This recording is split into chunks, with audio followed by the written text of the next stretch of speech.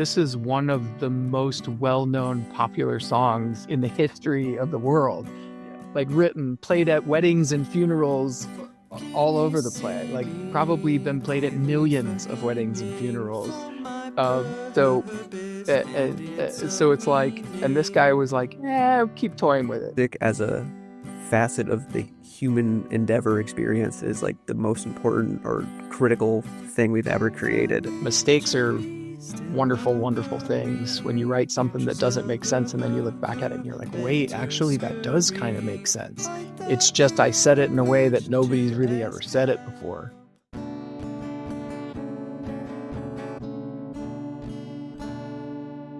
Hello again, party people. Anybody tuning in to this here transmission? It is I, the host, Zycon Ebb and Flow, for another episode of Iris of Our Eye. Let's see. So this one, I'm pretty sure, is 49. The last one said it was the one before that, so I'm just trying to keep it locked in, correct in my own brain. Today I have the pleasure of sitting down with Shannon. God damn it, no, I told myself I would remember. Shannon Hudson. There we go, Shannon Hudson. He is a musician. I stumbled upon his stuff on Threads, and from what I've seen, it, at least like one of the videos for one of the songs is, I would describe it as country or maybe like a folk kind of feel. It wasn't a full ensemble, it was just him and the guitar. But he is in the process of releasing 4 full studio albums, right? That's right. Yeah. That's incredible, man. That is, to my knowledge, that is what you do professionally as an artist. Is there anything else that I might not be aware of? Yeah, no, I mean, I think I think you nailed it. I just got done doing almost 2 years of recording, and some of it's a little bit of back catalog, but a lot of it's new. And yeah, all of it got finished, and so 4 albums worth of material in those sessions. That is quite the body. Is I mean, I'm assuming this isn't like the first thing if you got 4 albums coming out. But how long have you been like making music, or has music been a part of your life? If you want to take it even farther back. Yeah, sure. Well, I mean, as far as sort of taking songwriting and recording and stuff seriously, a good 25 to 30 years in there. First time I went into kind of a big professional studio, which I was lucky enough to do back when sometimes people would pay for that to happen. That was in the early 2000s. And recorded a album with my band at the time in Sage and Sound Studios in LA. I lived in LA at the time, and that's where I mean, Alanis Morissette had recorded there. Weezer did Melodroit, or at least the majority of that record in that same studio. So it's kind of the big studio sort of thing. So quite a long time. But as far as music goes, certainly music's been part of my life since, I mean, really before I can remember, or as far back as I can remember. Just the whole time, basically. Then. Yeah, it's just something that since being a little kid, my parents aren't really musicians, but they are lovers of music. So it was music all the time in the house. I grew up in a church with a bunch of singing and stuff like that too. And then from pretty much as early as they had offered it in schools and stuff, I've been in choirs and bands and jazz bands and that sort of thing, even as a little kid. That's awesome, man. It's definitely, I love music, and I've probably said this before, but I'm trying to dial into the thought process that somebody who's sitting down for the first time has never heard me say anything that I've repeated however many times throughout the Right, 30 episodes. yeah. But I had this job. I was working as a wok cook at PF Chang's, and this dude who's like super into heavy metal, which isn't really my speed as far as like genre of music, but he had just said that like music as a facet of the human endeavor experience is like the most important or critical thing we've ever created. And it just like, I had never heard anyone else ever say that. And it kind of just like, still to this day, makes the wrinkles in my brain kind of like wiggle a little bit. I'm just like, that is such a fascinating perspective. And I feels very true to me. I'm not sure if there's anything quite as impactful as when you hear a song that you really like love and appreciate. Yeah, I love that concept. I think it's probably different for different people, you know. I certainly have met people that it's not that important to them or whatever, but there's certainly something to be said for just the primal, you know, caveman wired thing that's in all of us where I think I was reading a interview, and I want to say it was Conan O'Brien was sitting at like a baseball game, like a Dodgers game or something with Jack White or wherever. I don't know if it's the Dodgers, but like a big baseball stadium. And they started playing Seven Nation Army, and the whole stadium starts chanting, you know, the oh, oh, oh, oh, oh. And he's sitting next to Jack White, right? And and I do think there's something to, you know, you can immediately get 20,000, 60,000 people chanting the same thing in seconds. I've certainly seen. I'm a big soccer fan, and we were at the FA Cup finals in England a couple years ago. Manchester United versus Man City with, you know, nothing about soccer. It's an enormous game. It was at Wembley Stadium, so there's 90,000 people there. I mean, it's a huge, huge stadium that's packed to the gills. And that happened. That same song came on, and there's 90,000 people within 5 seconds chanting this, uh, you know, this thing. And I mean, there's something, whether you like, you know, Jack White or the White Stripes or not, is doesn't matter. It's just the fact that everybody is all of a sudden chanting the same thing momentarily. It's pretty amazing, pretty powerful. Yeah, that's the like a unifying uh resonance that just immediately kind of takes over people, or like obviously there's could be the people that are just like, oh, what is this? They don't know, or like are fighting it, resisting it. But for most people, it's just like unconsciously just kind of entrains into them of like, oh yeah, this melody, I know the song, this is fun. Being part of that. How you had said like the caveman tribal aspect of just people like liking to feel like we love to belong to groups of people, and when everyone's singing along the same song, you definitely feel like you're there with the community. Um, Yeah. What I have never experienced, which is what, like I said, I think it was Conan O'Brien. I've never experienced sitting next to Jack White when that happened. not yet, right? That's got to be to look at the guy and go, you know, you they're singing your song, man. Yeah, don't rule it out. You never know. Life has a way of being Who right. You knows? just end up on you end up on an elevator, and it just comes out the elevator with him. And you're just like, oh look, I did the thing. It's not maybe not a stadium, but I'm here with Jack White. So Right. as far as like in influences, you had said that your parents had just been music lovers, and you took every opportunity to get yourself involved with music from a young age. But like, what groups or musicians or singers kind of just like really that you like you fell in love with and loved their stuff that inspired you?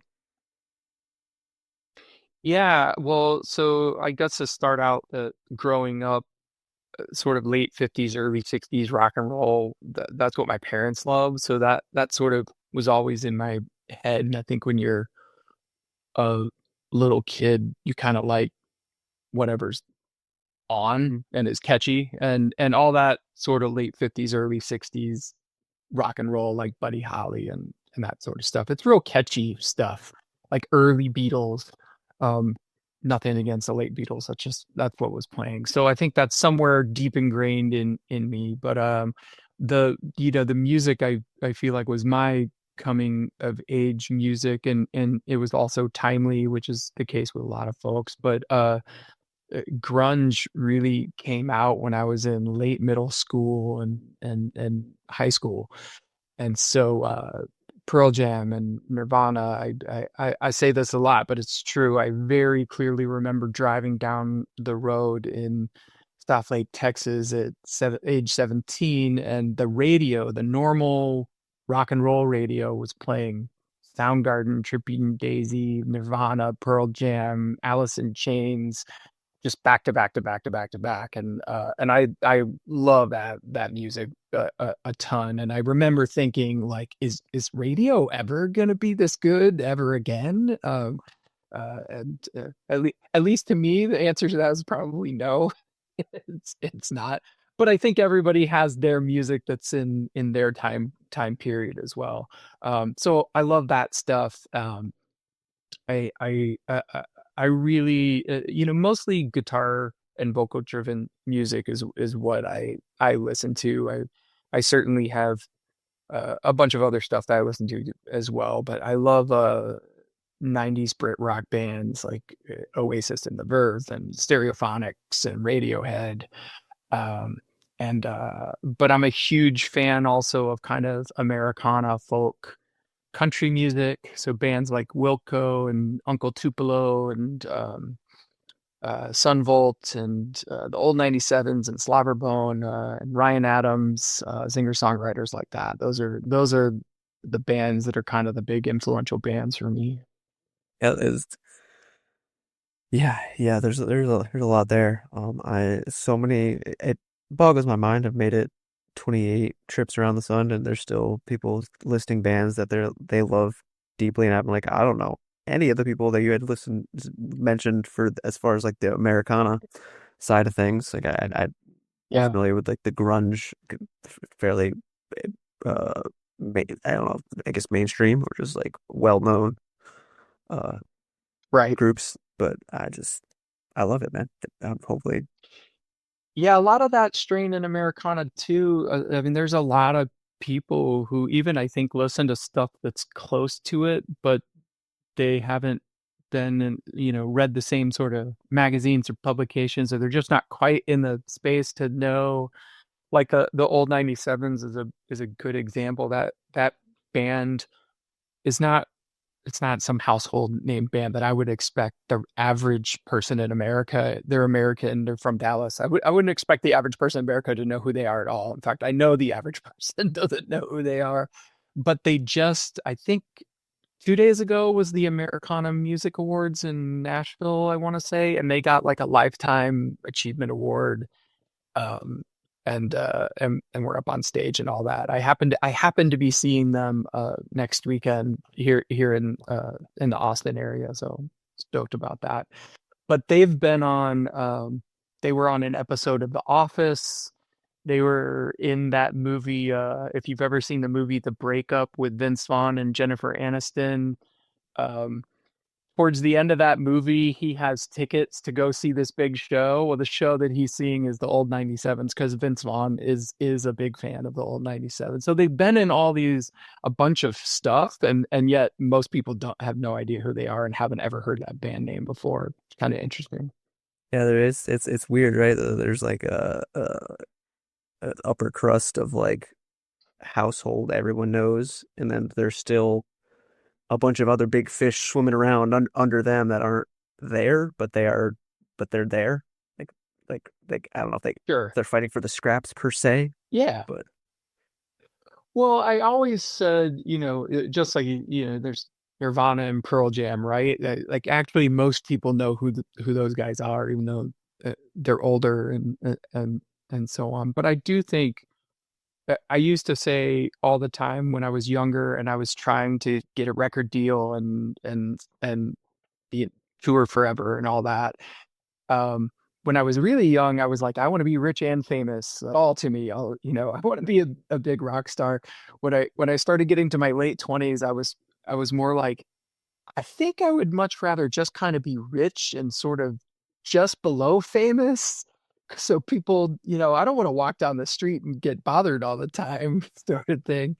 But if you pay attention, there's a lot of bands that sell out theaters and sell out small arenas that the average person, they can walk down the street in most cities and nobody knows who they are. And And then if Kurt Cobain was back from the dead walking down the street, he would not be able to just walk down the street. Right? You just can't go anywhere, can't buy your own groceries, can't fucking go to Right. a library to get a book. Like you're Yeah. it's like a prison of your own creation at that point. You can't experience Yeah. quote unquote normal life. But oh, there's two questions that was trying to hold on to while you were talking there. Hmm. Let's go with this one because it's the one that's able to remember. You had alluded to church being a playground or a gym of sorts, being able to get the reps in musically. But I'm just curious if that whatever denomination or just in general in like the broader sense, if any type of like spirituality or truth plays a role in your creative process. Yeah, well, I think let me hone in on the word truth there. I think that's a real important concept for probably any artist, whether it's songwriting or painting or whatever. I there are people who create art for commercial purposes, and that's totally fine. If you are a person who uh, writes short stories and somebody goes, "I need a short story about vampires, and I'll pay you $2,000 to write it," and you go, "Cool, I'll write that." Like that's all good. I'm all about that. But and sometimes it crosses paths with somebody who really wants to create something that's true as well. And sometimes it's kind of separated. And somebody goes, "No, I'm going to create this thing because I just want to create it because there is a truth I found in a thing I was looking at or something I saw or something I heard, and I'm going to write a song about it." Whether anybody buys it or not, or and so on and so forth. So I do think the best songs are the ones that have this truth in them. And I think the songs that tend to there are a lot of songs that have sold a bunch of copies or made a bunch of money that who knows why they were written. Maybe they were just written because it was a professional songwriter who writing their one song a day and that's what came out. Um, but I think the ones that are really impactful and have the big cultural type of change are the ones where the artist was probably more writing a thing that they go, "This is true to me right now." And they captured it really well. And everyone else around them went, "Yeah, that's true to me too." And so I will consistently be in the middle of writing a song and sometimes I write from a lot of different perspectives in a lot of different ways, but a lot of times I just start writing gibberish lyrics to a melody that's in my head and I don't know what I'm writing or what it's about, or maybe I kind of get a line here, a line there, or whatever. And then I have to sit back when I kind of have gotten through the get it all out phase and I get a little more to the sort of editing phase and I really have to go, what is this about? What's the truth here? What and this just happened to me the other day. I'd written a whole song of when I say gibberish lyrics, they're real words, but there's no one line doesn't flow into the other. I'm just like getting stuff out as much as possible. It's kind of my process is there's no bad when you're in there. Just get it all out. Do the good and bad thing later. Um, and I looked through all these lines. It was a whole song written, three verses, choruses, a bridge. And I went, is any of this from a word perspective, is any of it true? Is any of it really ring with me?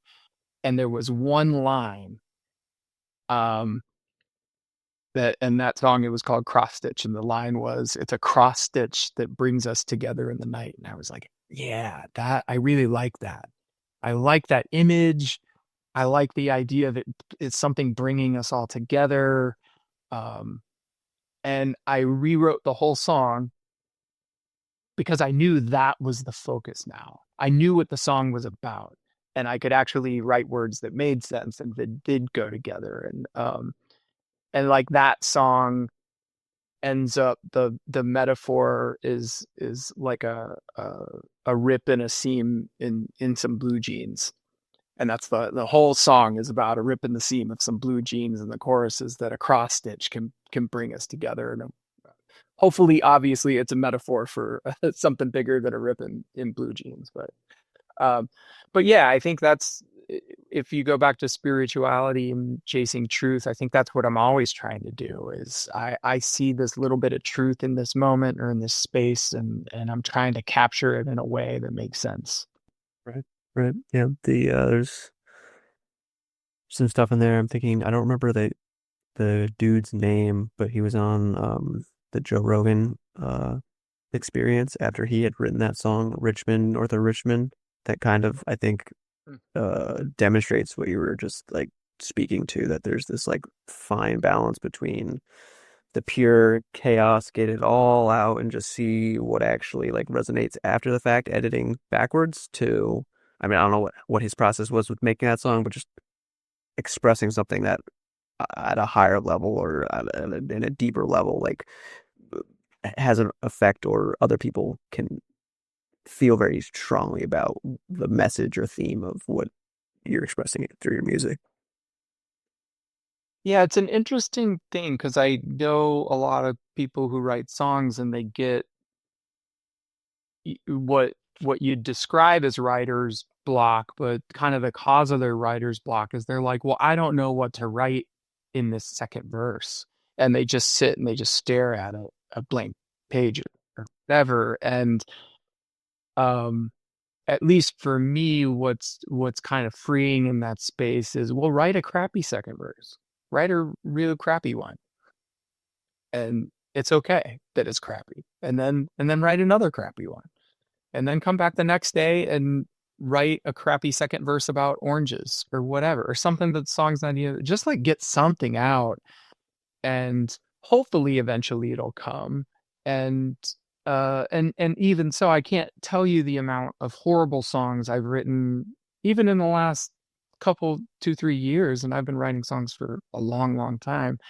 Sometimes you just have to write a really bad song to move on and get to whatever the next one is. And sometimes I think people get a little, they put that pressure on themselves to not be able to play like a kid and be creative. You know, a kid write a 6-year-old writes a song. They don't could care less if it was good or bad or anywhere in between. They're just going to write it and go, "This is my song about my teddy bear." And move on. And I think you kind of have to have that mentality sometimes. The tough part is when you know you've got something good in there, and then you keep writing bad stuff around it, and you're like, I don't want to waste this good thing that's right here. But yeah, I have got a long string of songs that have one good line in them, and the rest of it's garbage. And and they're in a list somewhere, and they don't get recorded, and I kind of forget about them. Yeah, I mean, it's just a thing of like process versus product. And that, yeah, like how a little kid will just fuck around and find out or just enjoy what they're doing and not worry about the end goal. Yeah, there's a lot of the expectation and pressure of whatever external validation the person writing the song may or may not be seeking. Kind of, I think, can be the writer's block or the thing that stops them. There's a book that Yeah, and the irony. Oh, sorry, go I ahead. was gonna say there's a book. It's called Free Play. That kind of, if anyone wants to check that out, there's a concept in it, like Fugenschlauf. They're just doing something to see what happens, and like that's okay. Yeah, that's exactly it. I think the irony too is you end up getting the best stuff when you're not worried about if it's good or not. That's when you get the good. You know, you might if you throw out 500 words, sure 460 of them might be horrible, but all of a sudden you got 40 words that are great. And that's 40 great words you didn't have before, sort of thing. And I really do feel like that's when the good stuff comes. Mistakes are wonderful, wonderful things. When you write something that doesn't make sense and then you look back at it and you're like, wait, actually, that does kind of make sense. It's just I said it in a way that nobody's really ever said it before. Man. Oh God. Well, I just gotta follow that thread because the way you just said it, had the remembered the other thing that I had forgotten, but like this thing, this avenue, this path they're going down. Originality, or yeah, where like, because there's people say there's nothing original under the sun, but I've had this experience where like I wrote a song that the person who I was showing it to during the singing lesson wasn't like, couldn't tell who any of my influences were, which I was very, very proud of. But yeah, just that idea of like, where do you feel like originality originates from, or what it even is? Yeah, I mean it's always interesting. I'm a big believer in sort of those little magic moments. There I think there's some deep scientific explanation to it somewhere. Uh, but I've seen it enough and it's happened to me enough times to go, yeah, I can point to the general where that sort of would have come from, but I don't know how I thought of it. I don't know. My I like this example. The album I did during COVID, which is before these four albums. The album's called Run Into the Arrows, and that's the name of a song on it. And I I had been watching I forget, it was maybe on the History Channel. There's a series called Vikings, but it was like a show. It wasn't like a documentary. And I just watched this episode where the Vikings they attack the city of Paris. But it's the first time they attacked any place that had like a big wall and that was organized. And they just get annihilated by these archers who are just sitting up in this tower, just picking them off. And they finally have to retreat. And at the same time, I was training for a half marathon. And so I was running a lot every morning. And when I run in my neighborhood, there are bike lanes in my neighborhood, and there's arrows and pointing, you go this way when you're on the bike, which when you're on a bike, you go the same way traffic goes. But when you're running, you don't want to run the same way the traffic's going. You want to look at the traffic coming at you so you can move out of the way if a car swerves or something. And I'm just running my run that morning, and I look down and I see the arrows and I go, wow, I'm always on my runs. I'm running straight into the arrows.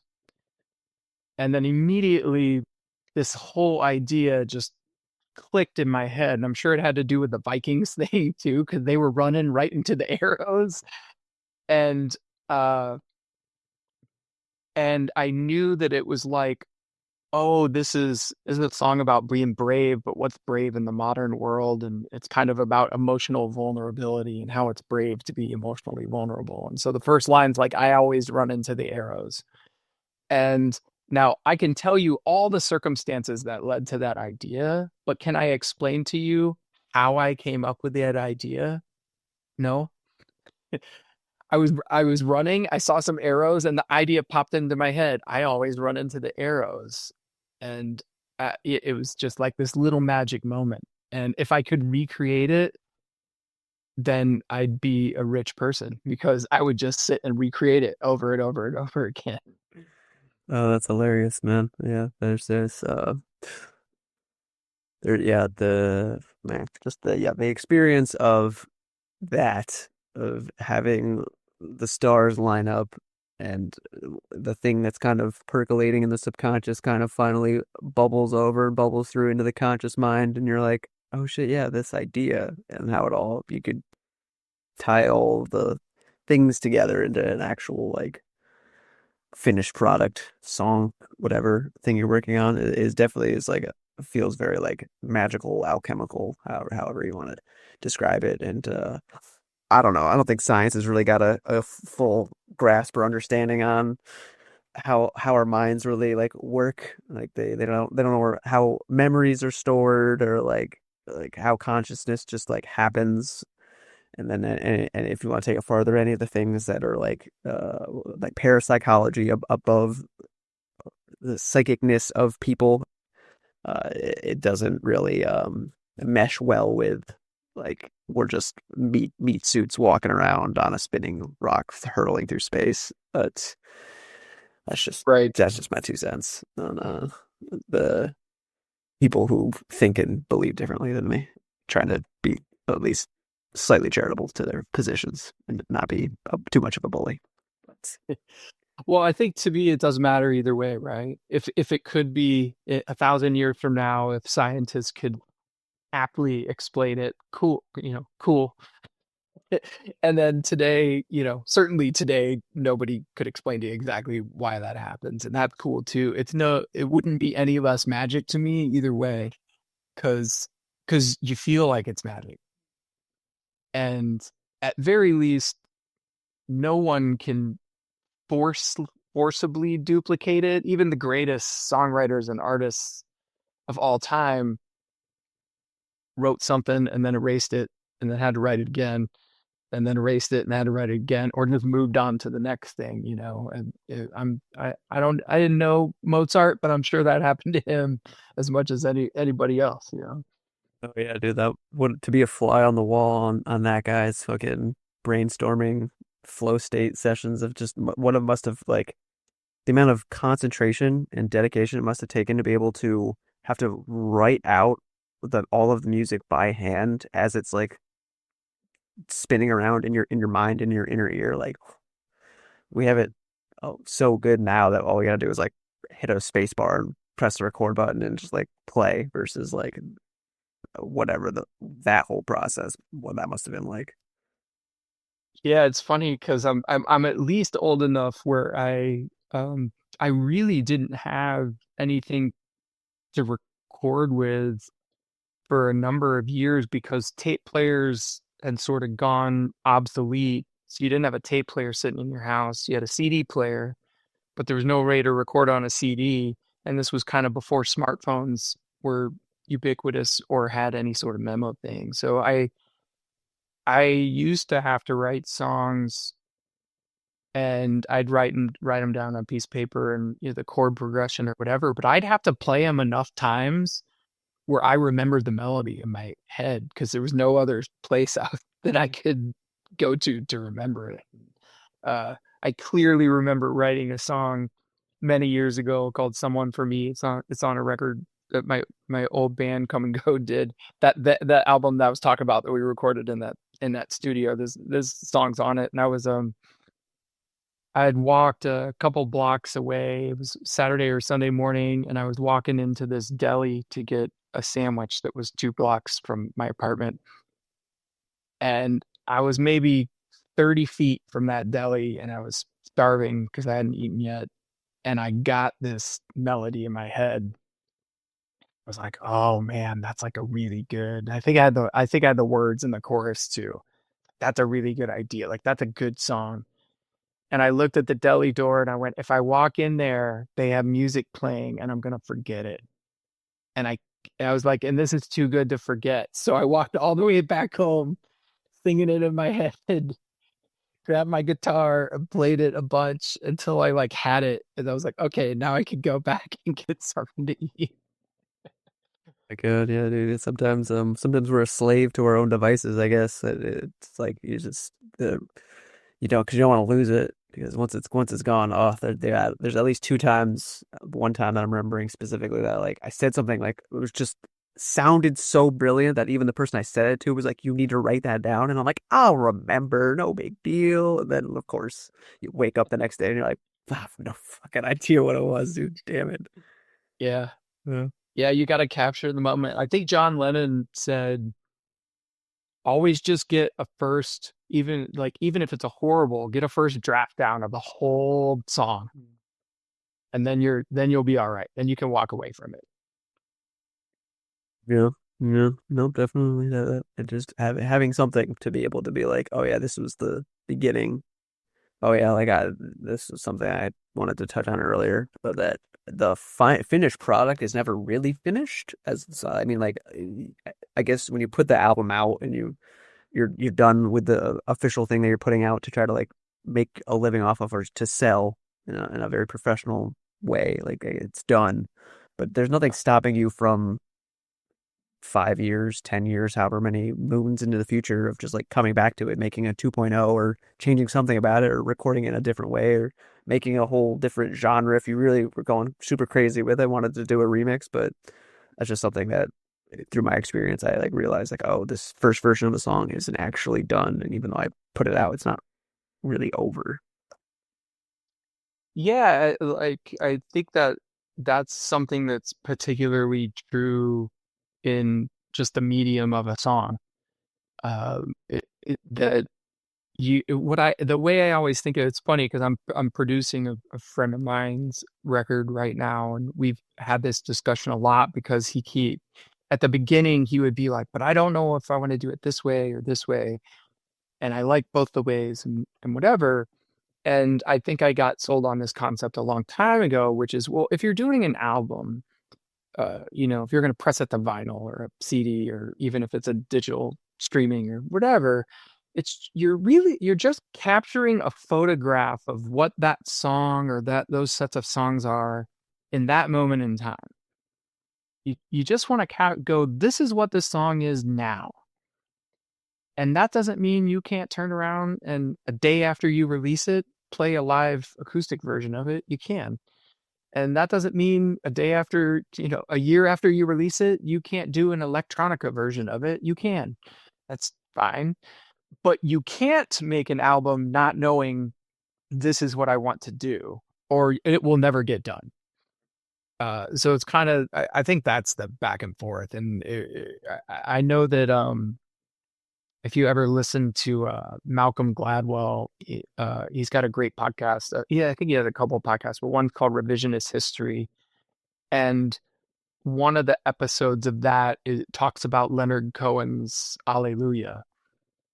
And I forgot who he was comparing it to, but it was essentially two different artists. And the other artist thought the song is done when it's done and you've recorded it and it's done and that's it. And you just play it that way all the time. And then Leonard Cohen, apparently right up to his death, still put in different verses and fuddled with the words of Alleluia. And I think he was in his 80s or 90s or something. And if you look back over just the live versions and concerts that there are bootlegs of, there's like thousands of versions of that song that he sang because he just never thought it was done. I've never heard that before in my life. That blows my mind.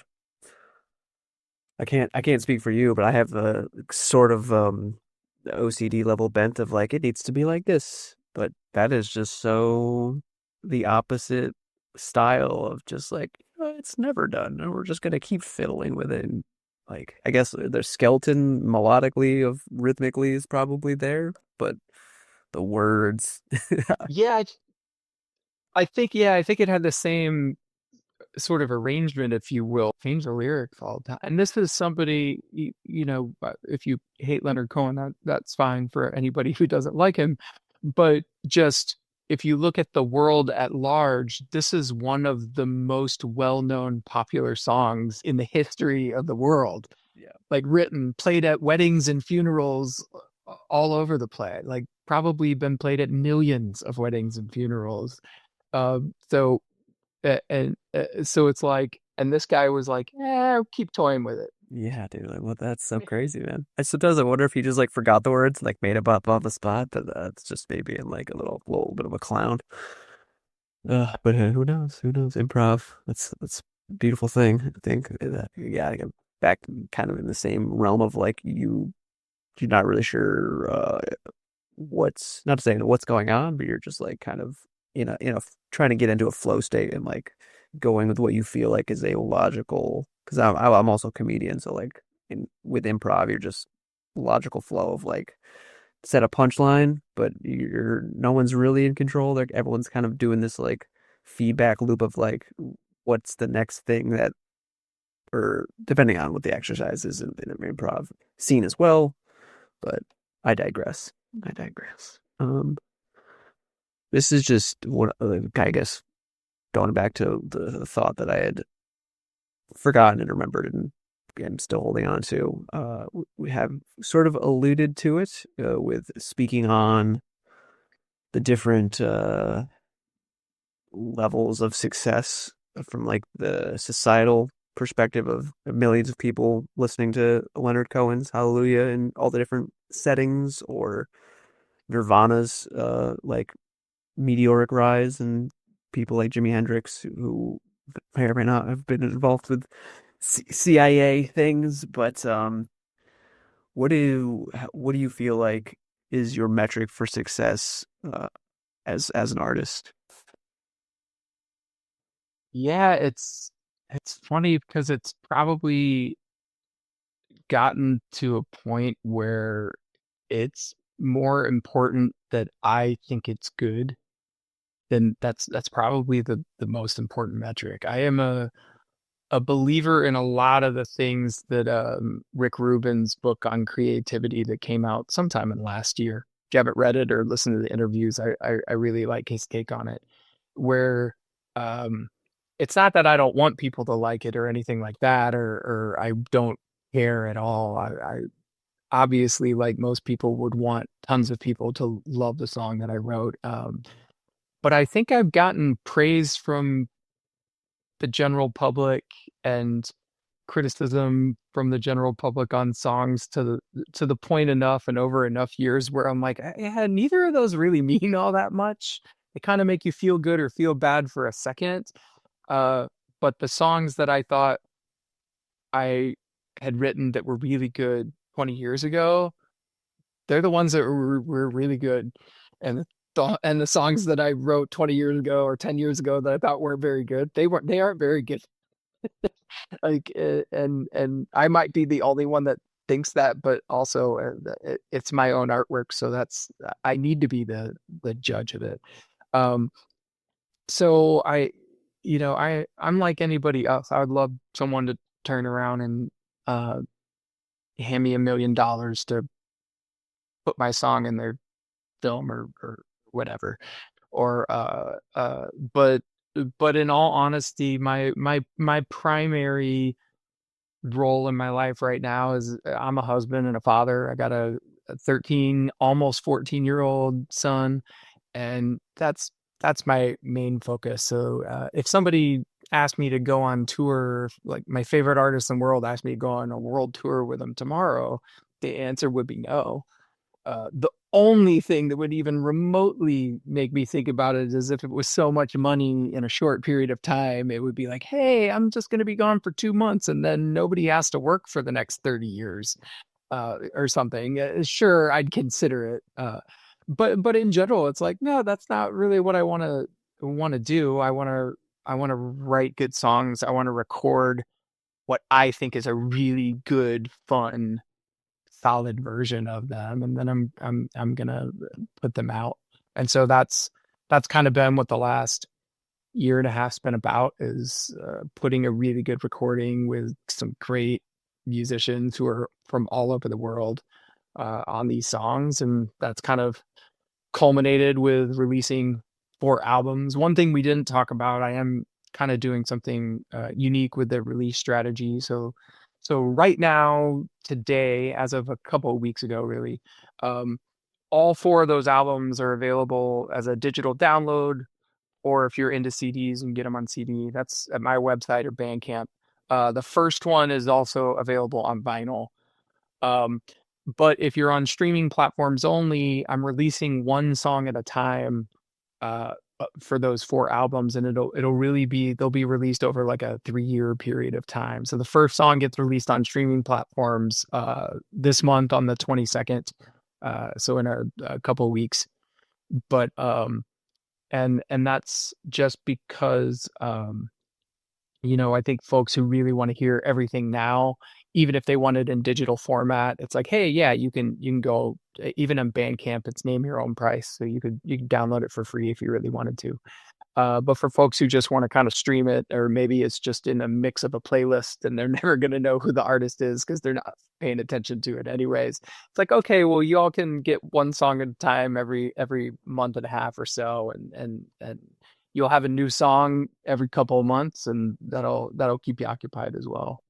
Yeah, that's a definitely interesting marketing strategy, I guess if I can use those words because that's what they mean generally. There's I myself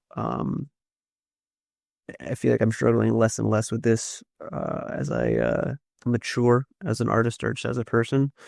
This need to kind of get away from the motif or the archetype of the starving artist and actually kind of like take on the entrepreneurial like mantle and make my way with what I'm doing artistically is I feel like Yeah. super valid, but in the same or similar vein, there's kind of a war on art right now. Well, not to say not the Art of War by Sun Tzu, but then I think there's also a book, the Art of War, and then War on Art. There's definitely a book, different book Yep. with a similar title. I don't think I've read it, but what I'm talking about is AI kind of getting its chords and fingers and everything kind of boxing out, pushing out all of like the carbon-based life forms trying to make their living doing art. I don't know what your feelings are on that, but if you want to speak to it. Yeah, I mean, I think I think there's a lot of speculation, and I don't know anything that anybody else doesn't know. So, to me, it's a big TBD. I One analogy I kind of rest on is, uh, you can if you needed a good pocket knife, you go on Amazon and get a good pocket knife for probably 20 or $30 right now. It'll be delivered to your door tomorrow or the next day. And a lot of people, if they need a good pocket knife, that's exactly what they do. And to me, there's nothing wrong with that. And on the flip side, there's also people who make custom pocket knives that charge hundreds, if not thousands of dollars for them because they're uniquely made for the person who ordered them. Maybe they're made out of have like a deer antler as a handle or whatever, some sort of exotic thing.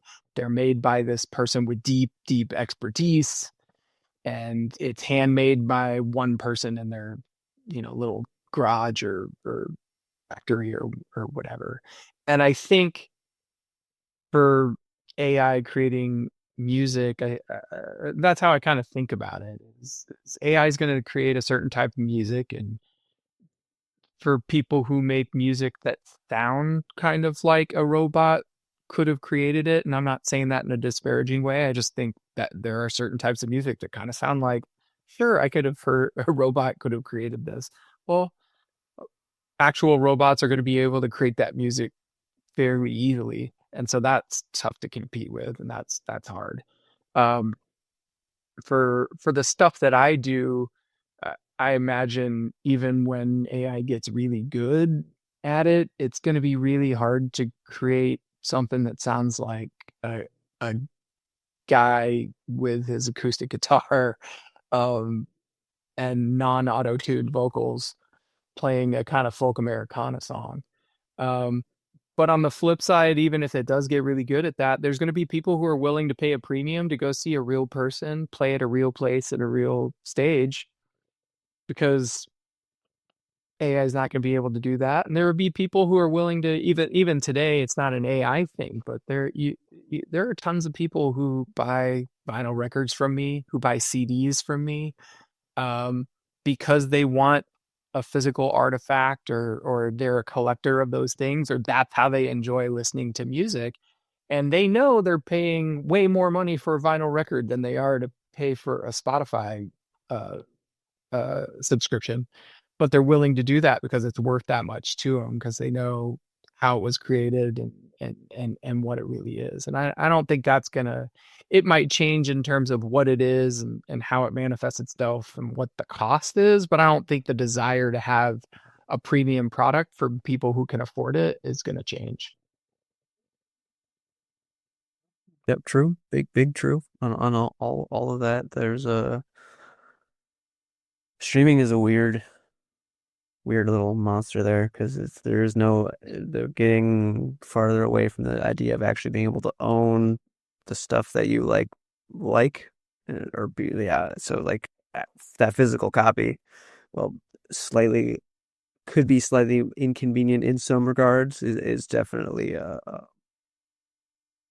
security and knowing that if as long as you don't lose the CD or scratch it, like you got the songs for the rest of your life.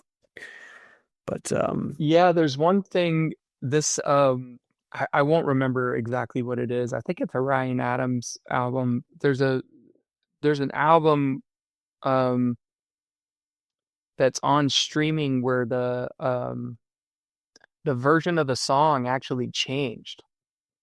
Like I never read a story as to why or whatever it is. And then I've heard kind of reports of this happening with other artists or whatever. There's a version of his song. I think actually I think it's a song called Dear Chicago that I swear not I swear, I know because I have a physical copy of the CD. The copy on CD is a different version.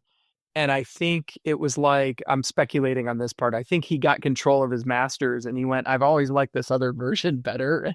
And he switched it when I'm gonna go with the version that I like for that song. And there was no warning or anything like that. It was just one day I was driving down the road listening and I'm like, that's not how this song goes. Like an organ part just came in right there. There's not an organ part there.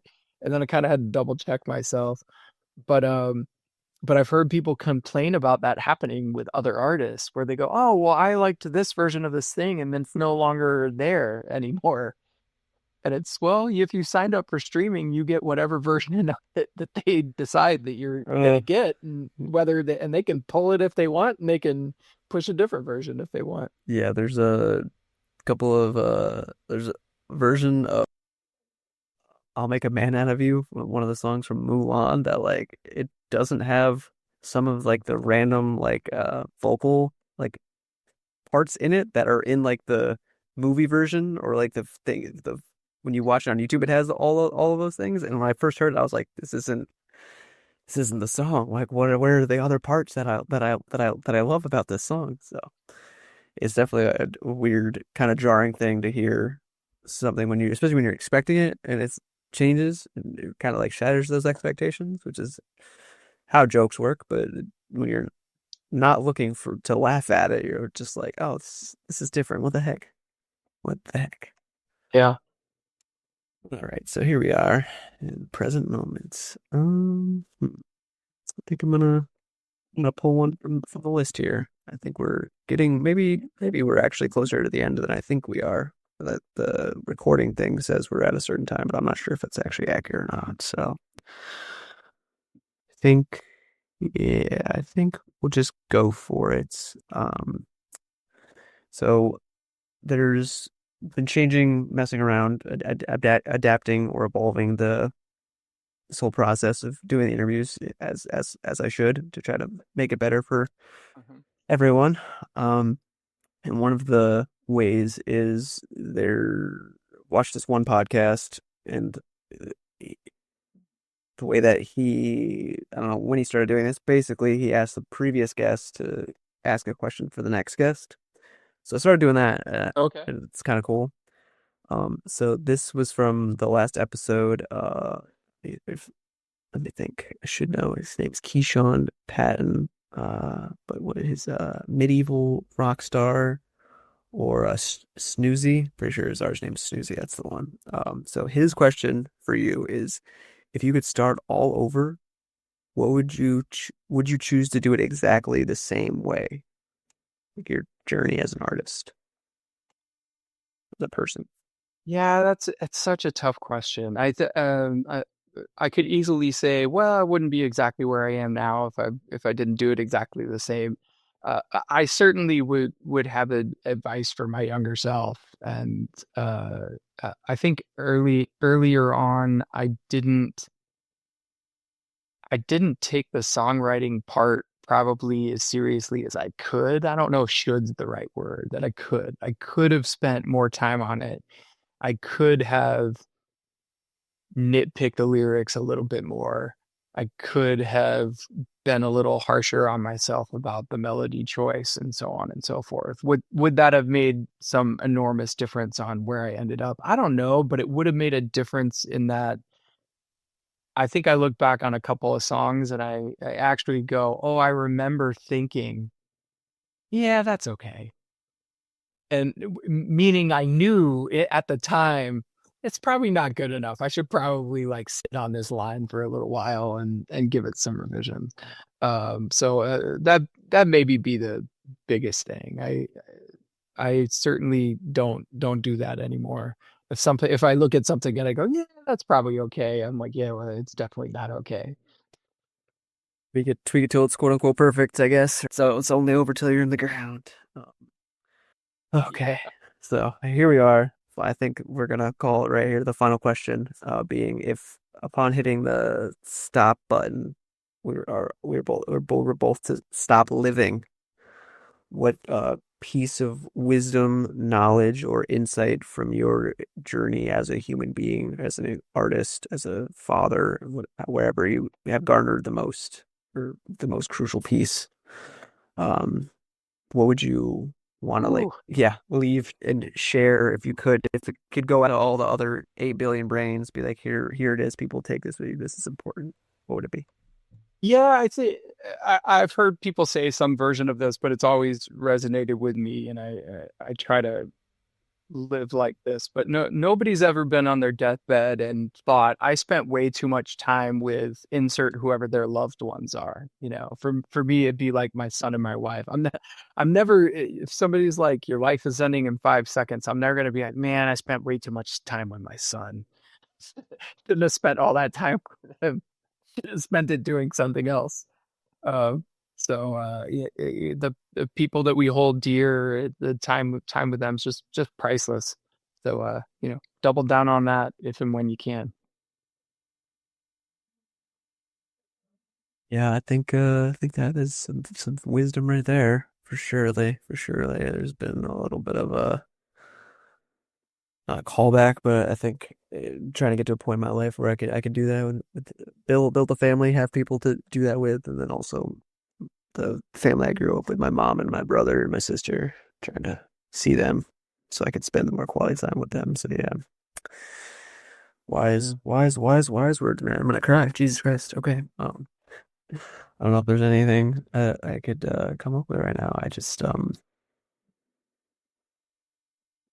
I guess this is more to what you had said to in response to Michael's question, um, that rejection is better than regret, or that like when you're on your deathbed, I guess it's down to the point that you were making, that live live without regrets to the best of your ability, because like you're just going to carry around them with you and they don't really help you other than to try to like remember to do it differently the next time the opportunity comes to not regret something. So Yeah.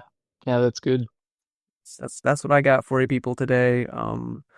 Shannon, please tell the people where they can find you, and obviously to go check out your music when it as it's released, but let them know. Yeah, definitely. So shannonhudson.com, easiest place if you want to, you can get digital download CDs, vinyl there.